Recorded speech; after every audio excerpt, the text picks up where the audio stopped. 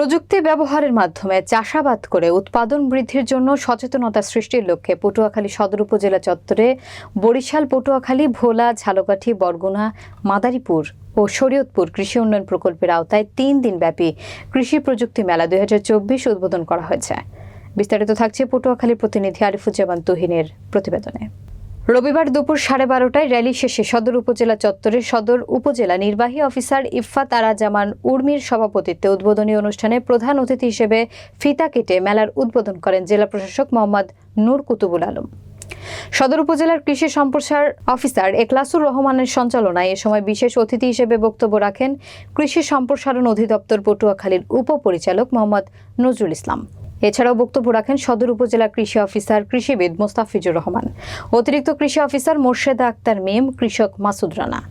পরে প্রধান অতিথি মেলায় নতুন নতুন প্রযুক্তির স্থাপিত 15টি স্টল পরিদর্শন করেন এবং 100 জন কৃষক, কৃষানী এবং শিক্ষার্থীকে বিনামূল্যে 5টি করে বিভিন্ন জাতের ফলজ গাছের চারা বিতরণ করেন।